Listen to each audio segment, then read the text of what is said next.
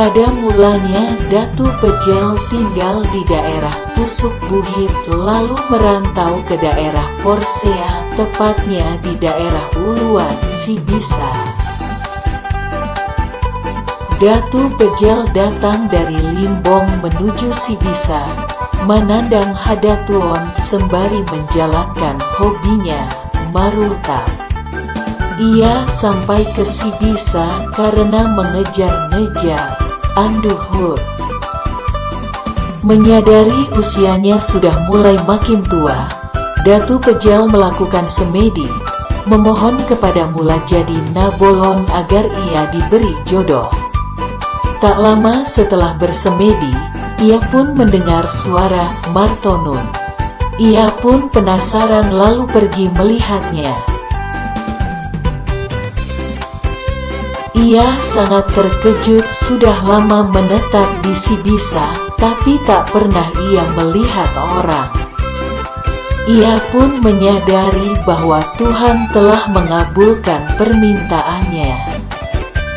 Perempuan ini dinamai Boru Tantan Debata, titisan Tuhan, karena Mulajadi Nabolonlah yang mengirimnya buat Datu Pejel. Singkat cerita, Boru Tantan Debata melahirkan seorang putra menyerupai kodok. Bahasa Batak asli Sirasaon. Datu Pejel tak terima anaknya seperti kodok. Ia pun membuangnya ke bara agar mati dipijak kerbau milik mereka yang dikandangkan di bara. Inilah pertengkaran pertama antara Datu Pejel dan Boru Tantan Debata. Boru Tantan Debata diam-diam mengambil anaknya dari bara dan disembunyikan di para rumah mereka.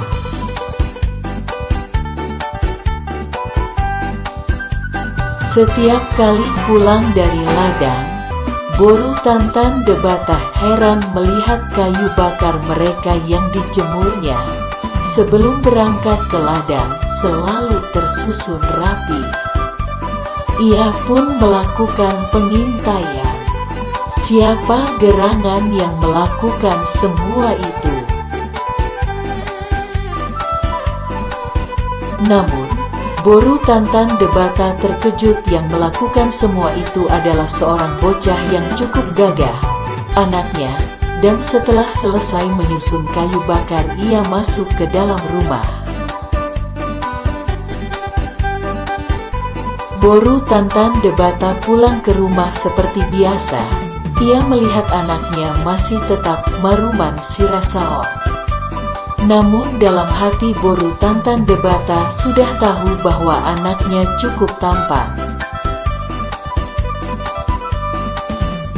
Saat usia remaja, Narasaon pun dipertapakan Datu Pejel di Gunung Simanuk-Manuk, sebelah timur Sibisa, sebelah kiri menuju Porsea dari Parapat.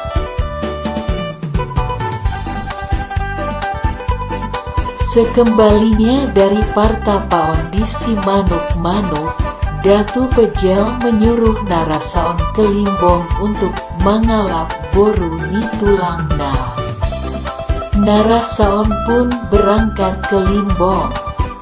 Pun setelah sampai di Limbong, dari 7 Boru Nitulangnya, tak satu pun yang mau menjadi istri Narasaon karena wajahnya yang seperti kodok.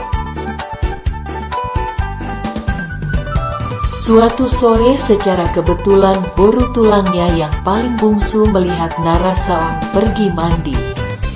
Ia terpesona melihat ketampanan wajah Narasaon. Ia menyadari bahwa wajah Narasaon hanya rumah topeng.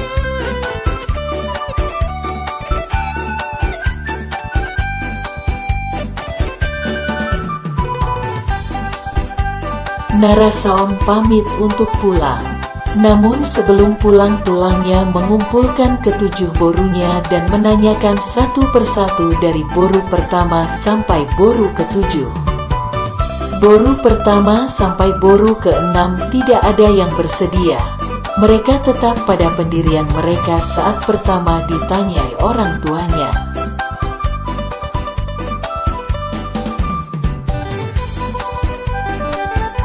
Sang tulang pun menanya boru Siampudan. Boru Siampudan pun menjawab, "Naro ape paribangki naro aku doi. Aurade do gabe parsonduk ni anak ni namboruki." Akhirnya Narasaon pun dinikahkan dengan boru Siampudan. Mengetahui Narasaon cukup tampan pada saat menjelang pesta, Pariban Narasaon yang 6 orang lagi menuntut kepada orang tuanya kenapa mereka dilangkahi adiknya. Sang tulang pun menjawab, "Hamu do daina naman jua, angging do mangoloi bamolo inaso jadi beserangan." Narasaon kembali ke Sibisa dan menetap di sana. Tiba pada saatnya istri Narasaon melahirkan. Namun yang dilahirkan berbentuk lambutan, bulat dan kembar. Mengetahui cucunya seperti itu, Datu Pejel marah dan membuang cucunya ke Pansur Napitu.